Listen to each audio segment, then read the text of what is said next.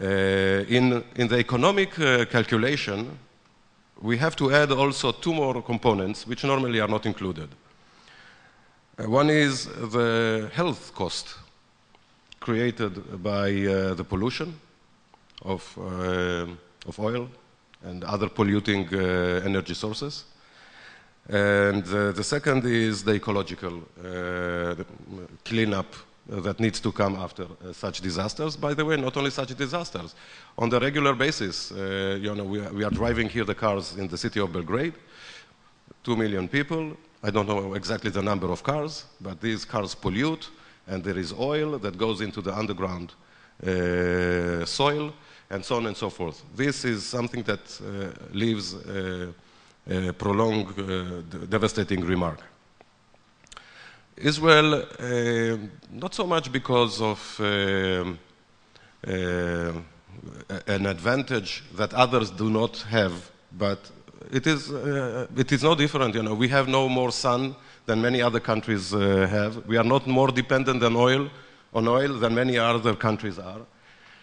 But the geopolitical reality and the presence of very significant forces of scientists and the money that goes into the R&D, we have been working, and I'm very glad to say that we are today the #1 investor in the world in R&D as percentage of the GNP. We invest over 5% of our GNP in research and development. Much of it also goes to the field of alternative energy and clean tech.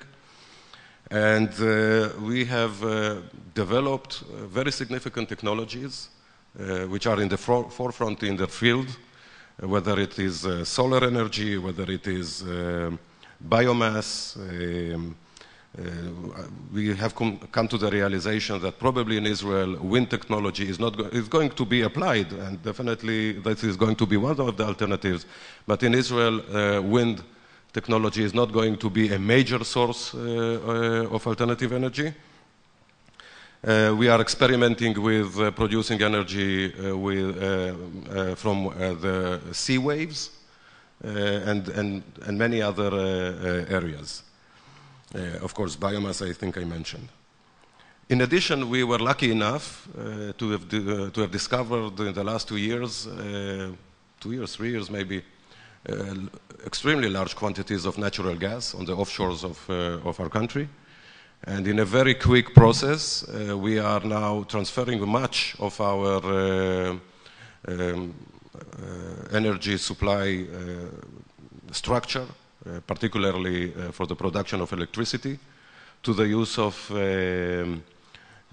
natural gas. And we have also, by the way, we have come to the conclusion, although we have quite a lot of gas, it is not good strategically to be dependent on a sole source of energy. So we are not transferring all of our electricity supply to natural gas. We are going to continue to have a diversified source, but much of it will be independent in the form of natural gas. The question is, of course, how do governments respond to the need and to the changing trends? As I said, when it comes to technologies, Israel has been in the forefront for some time. But when it comes to application in the country, we were lagging behind. So we had, it is funny, but Israeli companies build the largest solar plants in the world, whether it is in California or in Spain or in other places, but not in Israel. Not in Israel. So the world acknowledged the advantage of technology. But in Israel, due to regulatory obstacles and policies, we did not build those, and believe me, we had enough sun. The same goes when it comes to something else, somewhat connected, and that is desalinating water. The Israeli companies build desalination plants all around the world only in the last 10 years. We have massively started to desalinate water for our own use in the country because lack of choice. And when it comes to energy, Well, there is one thing that we have had in Israel traditionally, quite unique, and any one of you visiting Israel could have been impressed with the fact that almost all the roofs in the country are covered by normally two solar panels, and we have traditionally for many years heated the water for individual consumption in the household by solar energy. We estimate that it is saving us about 3% of the total cost of energy annually. But this has been done for a long time, and it is, of course, limited. The question is, what else do we do?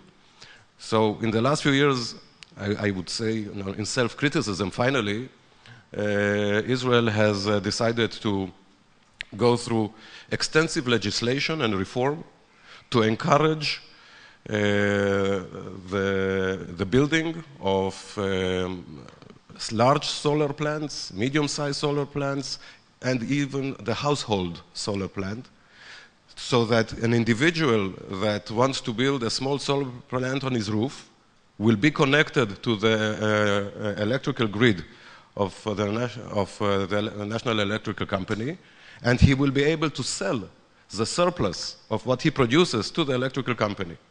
And that is the process that we are going through now. Small farms, or in the agricultural area, and companies, malls, anything that has a certain area as a roof and wants to cover that roof with solar panels is encouraged to do so. Will be connected, and there are already beginnings, is connected to the national grid and is capable of selling the surplus of electricity that he produces, and the electrical company is forced by law to purchase that electricity by a minimum fee, which is that minimum fee ensures that A, the electrical company will purchase electricity, and B, it will be at a cost which is going to bring back the investment in a certain period of time to the individual household or to the larger investor.